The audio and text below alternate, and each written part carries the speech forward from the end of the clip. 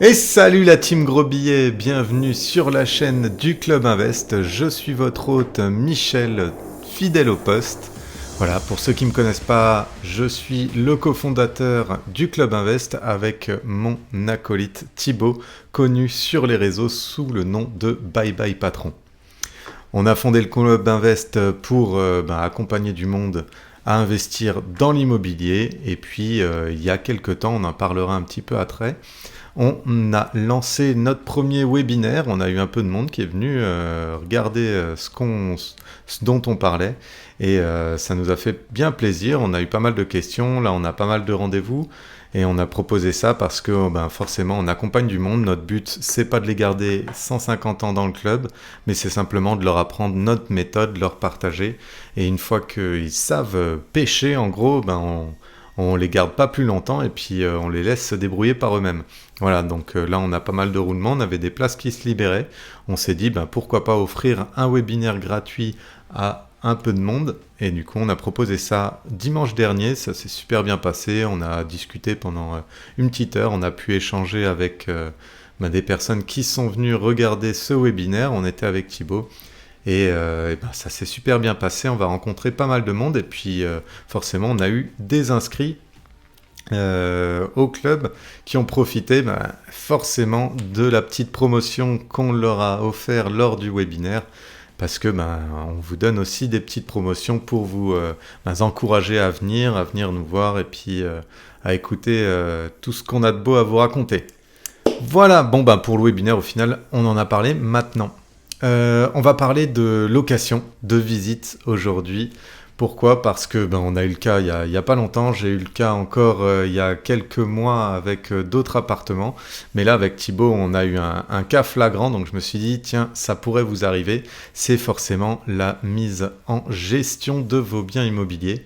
Voilà, donc forcément, il y a quelqu'un qui va dire, oui, moi j'automatise tout ce que je fais, je le donne à une agence et puis tout va bien se passer et ça va être nickel. Ouais, calme-toi Johnny, parce que ça se passe jamais comme ça. Il y a des agences qui sont très bien, nous on en a une qui est excellente, ils gèrent beaucoup de nos biens parce que forcément on n'a pas le temps de tous les gérer et c'est un passage un peu obligé à arriver à un certain nombre de lots. Par contre, il faut quand même surveiller certaines choses et surtout la mise en location. Je trouve que peu importe les agences où je vais, ça pêche beaucoup. Que ce soit au niveau des photos, au niveau des messages, au niveau du nombre de visites, je trouve que c'est pas assez. Avec Thibaut, quand on a commencé, même quand on fait des visites pour nous, on appelait comme des dingues, on réservait un max de visites. Là, je parle du moment où on achetait nos appartements. Et puis on se faisait des journées de malades où on visitait 10-15 apparts dans la même journée. Là c'est pareil, le concept il reste le même pour la location, c'est de poster des annonces qui donnent envie, donc ça veut dire des belles photos. J'ai eu le cas il y a quelques temps où j'essayais de louer un appartement, je l'ai donné à une agence parce que forcément je suis pas sur place.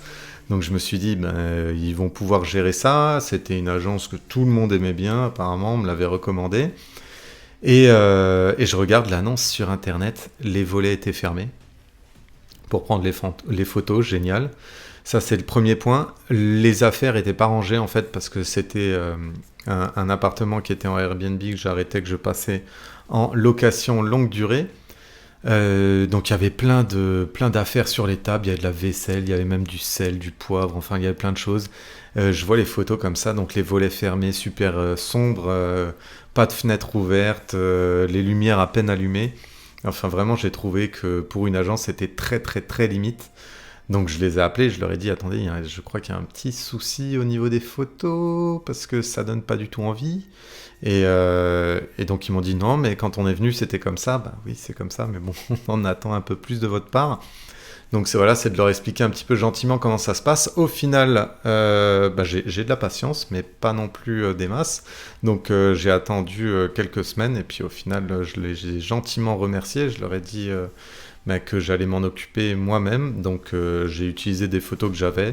Et puis ensuite, j'ai pu faire réaliser des visites par une amie qui est agente immobilière et qui a pu réaliser en l'espace, je crois, d'une journée, je crois qu'une quinzaine de visites de personnes. Et en fait, ils n'arrivaient pas à avoir beaucoup de demandes, étrangement, pour cet appartement. Ils n'avaient pas beaucoup de demandes. Vu les photos, je ne me suis pas trop posé de questions du pourquoi. Ils me disaient que le loyer était trop cher, donc ils me proposaient de le mettre à peu près aux alentours de 400 €, un appartement qui se loue dans les 750-800 € par mois. Donc je l'ai laissé à peu près à ce prix-là. Je l'ai laissé dans les 800. Et par contre, j'ai mis mes photos et j'ai eu à peu près en une journée, je crois que c'était dans les 70 messages. Voilà. Tout simplement parce qu'il donnait envie et parce que ça reflétait un peu plus la réalité. Donc parfois, mettre en gestion, c'est bien, mais il va falloir s'en occuper. Et c'est exactement ce qui est arrivé à Thibaut et puis du coup à moi aussi le week-end dernier. Ça faisait 3 mois qu'on l'avait mis donc en location, donc gestion. C'est-à-dire que on savait que les locataires allaient partir. Entre-temps, bon, ils nous ont prévenus un peu à l'avance, ils nous ont envoyé la lettre un peu plus tard. Donc, comme il y avait 3 mois de préavis, ça nous a laissé déjà, on a gagné 1 mois pour pouvoir le louer. Mais ils avaient vraiment très très peu de visites. Je crois qu'il y a eu 2 visites en tout, d'après les locataires qu'on a rencontrés, et une visite en virtuel. Voilà, sur 3 mois. C'est quand même impressionnant. Donc, on a pris les choses en main et Thibaut il s'est chauffé, il a fait une annonce parce qu'il y avait pas mal de choses qu'on trouvait pas exceptionnelles dans l'annonce et qui pouvaient être améliorées, donner un peu plus envie, marquer juste le type de bien, c'est pas forcément ce qu'il y a de mieux à faire, T2 et le nom de la ville, c'est pas génial. Par contre, essayer de vendre un peu plus le bien, c'est vrai que ça donne un peu plus envie de l'acheter. Parce que si vous vendez une voiture et que vous marquez voiture rouge, forcément, il y a peu de gens qui vont venir voir votre voiture. Il faut donner un petit peu plus de description que ça. En l'espace d'une semaine, parce qu'on s'y est pris une semaine avant, Thibaut il savait qu'il allait aller sur place. Il a eu, je crois, une 50aine de messages et donc il a pu caler une 15aine de visites. Donc c'est là où on se demande, tiens, qu'est-ce qui se passe? Qu'est-ce que les agences ne font pas? Qu'est-ce que nous on fait de plus? Est-ce qu'on y met plus de cœur dans nos annonces? Peut-être. En tout cas, si vous mettez vos biens en gestion, vous avez quand même un devoir de contrôle pour être sûr que le travail est bien fait et bien réalisé. Alors je dis pas que toutes les agences font du mauvais travail ou quoi, mais peut-être qu'elles s'impliquent un peu moins dans la volonté de vraiment de vouloir louer votre appartement que si c'est vous qui le faites. Donc essayez avant de forcément baisser le prix si vous êtes convaincu et si vous connaissez le marché où est votre bien. Reprenez un petit peu les choses en main, essayez de faire des belles photos, essayez de retravailler l'annonce, vous pouvez aussi leur donner du texte, vous pouvez leur donner des photos, vous pouvez leur dire tenez mettez ça, et aussi ce que je fais c'est que je leur demande l'autorisation par exemple de mettre une annonce de mon côté, et parfois je leur transfère les messages que je reçois, parce que peut-être qu'ils ne passent pas autant de temps que vous, sur l'étude des candidats. C'est-à-dire que moi, je demande toujours à ce qu'ils se décrivent pour que je puisse avoir un petit peu connaissance de ces personnes, parce que juste d'avoir la phrase « Est-ce que c'est encore disponible ? Je veux une visite », ça ne me suffit pas vraiment. J'aime bien connaître un petit peu les gens, surtout pour organiser des visites de qualité. Vous précipitez pas tout de suite à dire oui à tout le monde pour des visites, parce qu'il y en a plein qui sont là aussi pour se promener, qui aiment bien juste parce qu'ils n'ont rien à faire le samedi. Ils se disent tiens, je vais aller visiter des apparts, que ce soit quand vous vendez un appartement ou alors quand vous le louez. Donc demandez un petit peu pourquoi ils le veulent, quelle est leur situation, s'ils ont 2-3 documents à vous transmettre. Alors je sais, il y en a pas mal qui nous disent oui, on n'a pas à vous donner de documents tout de suite, de toute façon, voilà, la propriété de nos informations, oui ok, mais dans ce cas-là, sinon on se tape dans la main et puis on signe pas de documents, on signe pas de bail et puis tu me payes le premier du mois si tu as envie, tu vois. Mais non, ça se passe pas comme ça, Johnny. Il va falloir que tu me donnes des documents, il va falloir que tu me donnes des papiers si tu veux que je te loue le bien.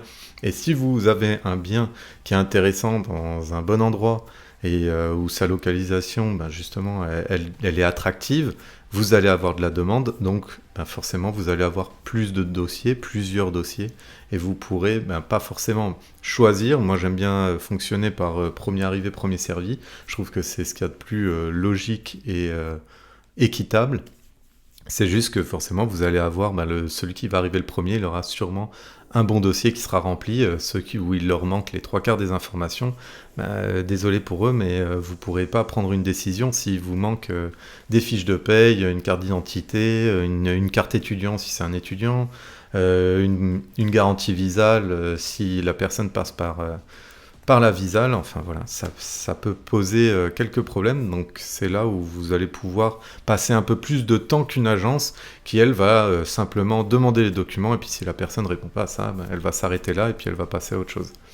Voilà, donc je vous donne ce conseil-là, essayez de reprendre un petit peu la main dessus si jamais vous voyez que ça bouge pas, avant de tout de suite baisser le prix de votre appartement, si vous savez bien sûr que à ce prix-là, il va se louer. En parlant de visites, forcément, il y a les visites pour les locataires, mais il y a aussi les visites pour chercher des appartements. Et ça, c'est la même chose. Dans ce cas-là, il faut appeler un maximum d'agences pour avoir le maximum de visites. Là, c'est un peu comme si c'était le chemin inverse. Là, vous allez devoir chercher plutôt que de trouver des personnes pour venir chez vous. Donc, il faut être aussi, se montrer attractif auprès des agences. Leur dire que vous savez comment ça fonctionne, que vous avez du capital, que vous n'êtes pas là pour vous balader, mais que vous êtes vraiment intéressé par le bien. Et c'est essayer d'en voir le plus possible en une journée. Donc parfois on peut monter à 10, on peut monter à 15 en une journée, ça se fait. Il faut bien organiser son parcours et pas prévoir trop de temps entre les visites. Une visite d'un appartement qui peut être intéressant, je parle d'un appartement qui fait entre 30 et 45-50 mètres carrés, vous l'avez vu, les points intéressants, vous les avez vus à peu près en 20-25 minutes max. Ça sert à rien de discuter pendant des heures, ça nous est arrivé de se faire, comment on pourrait dire ça gentiment, de se faire embourbé, on va dire, dans une histoire d'un propriétaire qui essayait de nous vendre un appartement pendant plus d'une heure, et plus jamais on vivra ça. Je pense qu'on coupera court à la discussion. Si jamais ça vous va pas, vous pouvez tout de suite partir et dire écoutez, ça me convient pas. Je passe mon tour, et puis si jamais ça vous intéresse, vous pouvez voir les points vraiment en 25 minutes qui sont importants, que ce soit électrique, plomberie, chaudière, évier, l'espace, prendre une vidéo tout le temps, parce que quand on en voit 15 dans la même journée, on se rappelle pas. Les photos, c'est beau aussi, mais souvent la géographie de l'appartement, on ne la retient pas forcément très bien, donc c'est bien de prendre des vidéos. Et si vous voulez les documents, et ça c'est très important, tout ce qui va suivre, au niveau des documents, c'est de les demander à l'agent immobilier ou alors au propriétaire si c'est directement les propriétaires qui vendent. On parle de visite, et de ce fait, Thibaut il en a fait beaucoup ce week-end aussi. Je crois qu'il en avait aussi pendant une journée, c'était que pour acheter, c'était une quinzaine, donc c'est du sport. Je suis d'accord avec ça. Et ensuite, on envoie les offres, et la suite, ça va être d'aller chez le banquier pour trouver de l'argent qu'on n'a pas forcément pour acheter des appartements. C'est le but de l'investissement immobilier, c'est d'acheter des biens avec de l'argent qu'on n'a pas. Donc pour ça, il faut aller voir son banquier, et c'est là qu'on va enchaîner sur la prochaine partie qui est la boîte à outils. Dans la boîte à outils, cette semaine, on va voir quoi ? On va voir un banquier, ancien tennisman professionnel qui est devenu banquier, et maintenant il est formateur, donc justement pour tout ce qui est dossier bancaire, puis des personnes qui cherchent des financements. On parle de Thibaut Aimé. Thibaut Aimé, il est bien connu sur les réseaux, je pense qu'il y en a pas mal qui le connaissent déjà, que ce soit sur Instagram, sur YouTube. En tout cas, il est super sympa et il est très pédagogue. Il nous a expliqué pendant plus d'une heure comment trouver un financement et quelles sont les différentes techniques pour trouver des bons financements, qu'est-ce qui va intéresser votre banquier, et c'est vraiment une mine d'or sa présentation, et forcément elle est disponible où ? Elle est disponible chez nous sur la boîte à outils de l'investisseur. En tout cas, on va se regarder un petit extrait, voilà, ça dure 10 minutes, c'est une de ces slides pépites, il l'appelle comme ça, et c'est vrai que c'est très très intéressant, et c'est bourré d'infos pour vous. Allez, on se retrouve tout de suite après. Alors cette slide, moi elle est pépite pour moi, pareil, je l'adore parce que ça c'est des techniques qui sont très simples et qu'on va pouvoir utiliser en tant qu'investisseur pour aller essayer de contourner de manière légale le taux d'effort, notamment, donc les critères HCSF, mais de manière légale, et ça c'est cool. Première chose, chaque prêt que vous faites sur un prêt immobilier, si vous allez sur une banque classique, Crédit Agricole, Crédit Mutuel, Banque Pop, toutes les banques qu'il y a en France, les prêts sont modulables. Ça veut dire quoi ? Ça veut dire que quand vous signez votre offre de prêt, il y a un truc sur l'offre, il y a une ligne sur l'offre de prêt qui dit que vous avez le droit de moduler pendant la vie du prêt l'échéance à la hausse comme à la baisse. Nous, la moduler à la hausse, on s'en fout. Ce qu'on veut, c'est emprunter sur des durées qui sont longues. Aujourd'hui, vous retournez voir votre banquier parce que vous avez envie de réinvestir, parce que ça roule pour vous. Tant mieux pour vous, c'est cool. Et on vous dit, bah, désolé, tu as un taux d'effort à 37, je ne peux pas te prêter. Sauf que tu as 3 prêts immobiliers qui sont derrière, que tu as fait il y a 4-5 ans, ou 3 ans, ou 2 ans, j'en sais rien.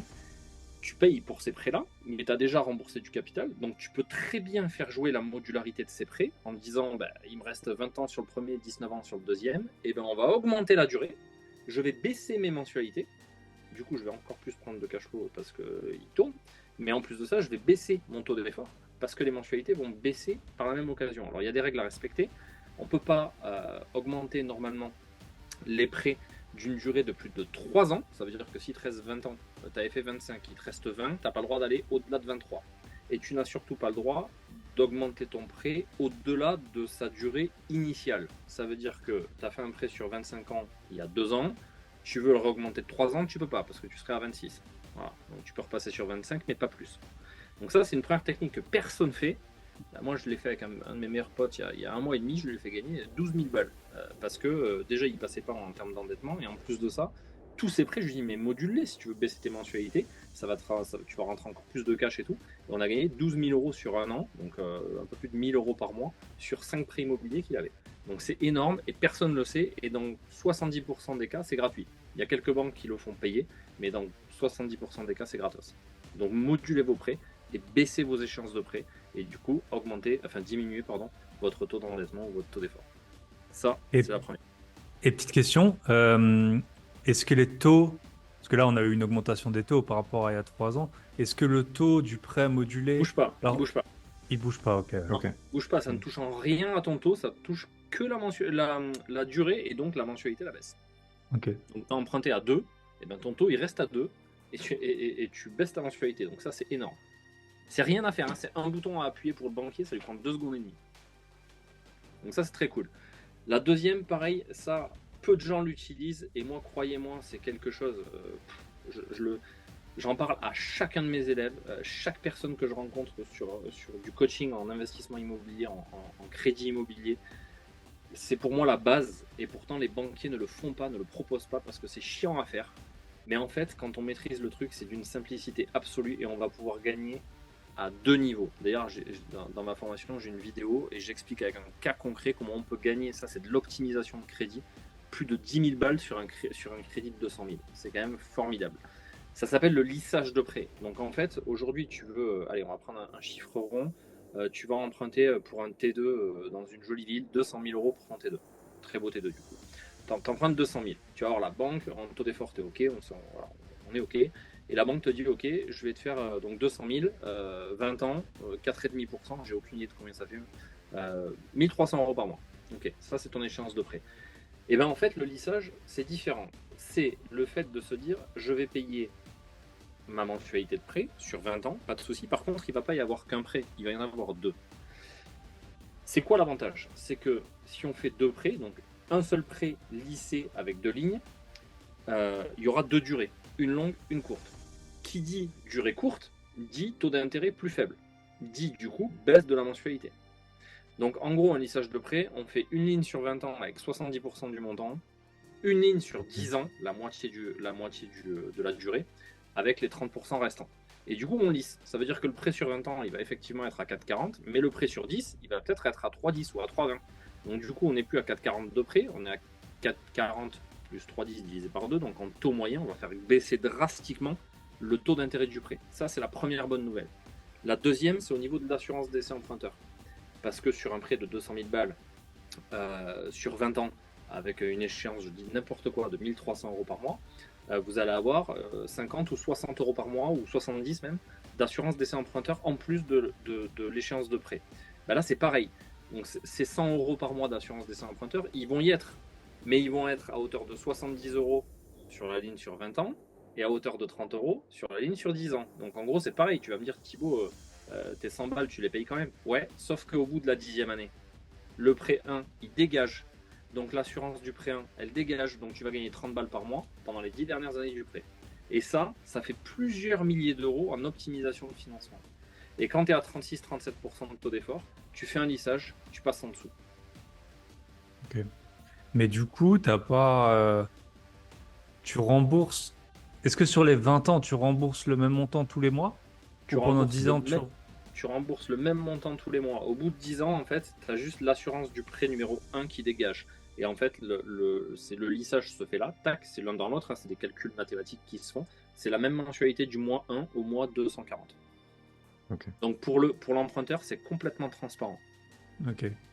Mais dans les Ah, faits, en fait, le gros prêt de 70%, il est remboursé moins au début et plus à la fin, c'est ça? t'as tout compris, exactement. Ok, C'est un lissage.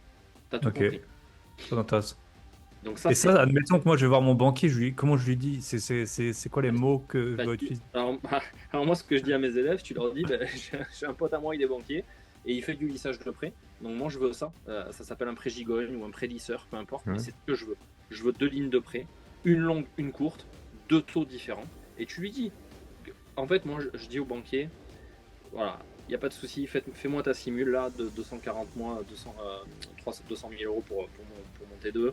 Il te sort la simule, bah merci monsieur le banquier, tu la gardes, tu la mets au fond de la poche, tu dis ok, très bien, j'ai vu la simulation, maintenant je vais l'optimiser le crédit. Et pour l'optimiser, ce que je veux, c'est un lissage de prêt. Donc tu vas me le faire.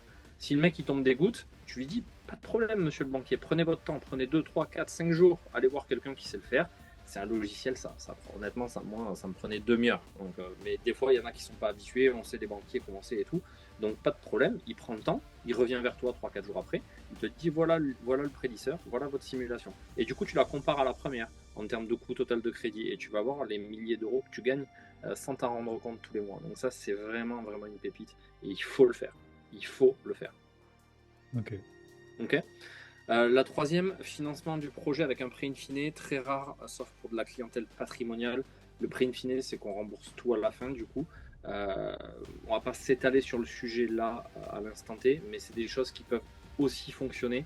Mais c'est tellement niché et c'est tellement rare aujourd'hui d'avoir un prêt in fine que voilà, c'est réservé à une certaine partie, une certaine clientèle, etc.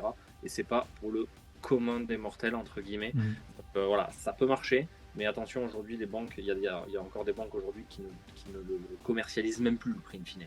Donc à mettre avec des gros guillemets, mais ça peut marcher, parce que du coup, on rembourse quasiment rien pendant toute la durée du prêt. Souvent, il y a un nantissement avec une assurance vie derrière. Il faut qu'on ait du cash, beaucoup de cash, pour pouvoir bloquer ce contrat d'assurance vie. On fait le prêt, on paye quasiment rien sauf les intérêts, et à la fin, on rembourse en une fois avec notre contrat d'assurance vie ou ce qu'on a gagné pendant la vie du prêt. Voilà. En gros, c'est le concept du prix in fine. Le quatrième, pareil, je vais mettre des guillemets, par contre très très intéressant. Emprunter en société. Alors là, il y a tout le monde qui me saute dessus quand je dis ça. Ils me disent ouais, mais Thibaut, moi je fais des SCI, ça marche pas. C'est normal. Une SCI, c'est une société, mais c'est une société civile immobilière. C'est pas une société commerciale. Et 90% des banquiers aujourd'hui font des prêts particuliers pour la société civile immobilière. Donc ça ne fonctionne pas. Par contre, si vous empruntez via une structure commerciale, SAS, SASU, SARL de famille, attention sur la SARL de famille, on est bloqué sur de l'investissement meublé, ce qui est plutôt cool, mais il faut le savoir quand même. Là, on ne prend pas en compte les normes HCSF.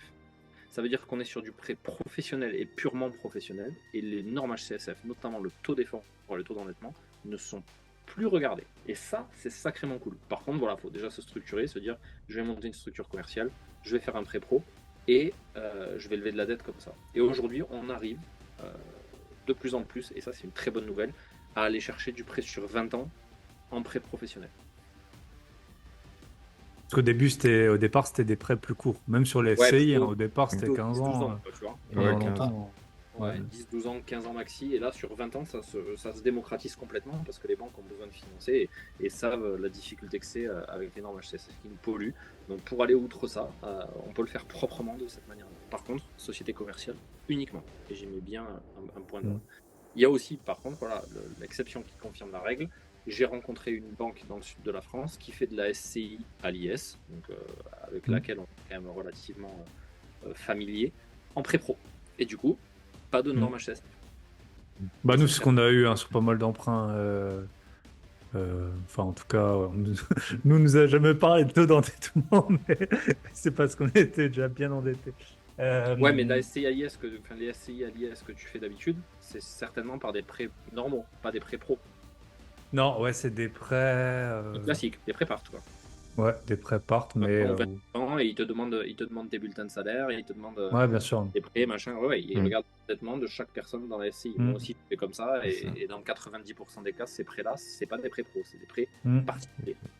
Ok. Par contre, les prêts pro, à contrario, ils sont plus chers que les prêts parties. Et les examens médicaux qui vont avec. Et les examens médicaux qui vont avec. Malgré la loi Lemoine, où j'ai fait un slide après, tu me spoil. Bah voilà. Ouais. Et voilà, je vous l'avais dit, c'est bourré d'informations, c'est bourré de petits trucs qui vous permettra sûrement d'avoir un financement. Si vous voulez la vidéo en entier, comme d'habitude, vous allez sur la boîteabillets.fr. Vous pouvez aussi y accéder via le site du Club Invest, clubinvest.fr, ou alors sur grosbillets.com. Voilà, vous avez dans tous les cas toutes ces possibilités-là. Vous pouvez nous écrire aussi. Vous pouvez rentrer en contact avec nous aussi sur le site du Club Invest. Vous pouvez réserver via le Calendly un petit rendez-vous avec nous. On va discuter un petit peu de vos projets. On va regarder ce qu'on pourrait faire ensemble. Et puis voilà, si vous avez quoi que ce soit comme question, vous pouvez nous écrire sur Twitter, sur Instagram, directement dans les commentaires sur YouTube. Et puis, n'hésitez pas, faites des gros billets et on se voit dans 2 semaines. Bye!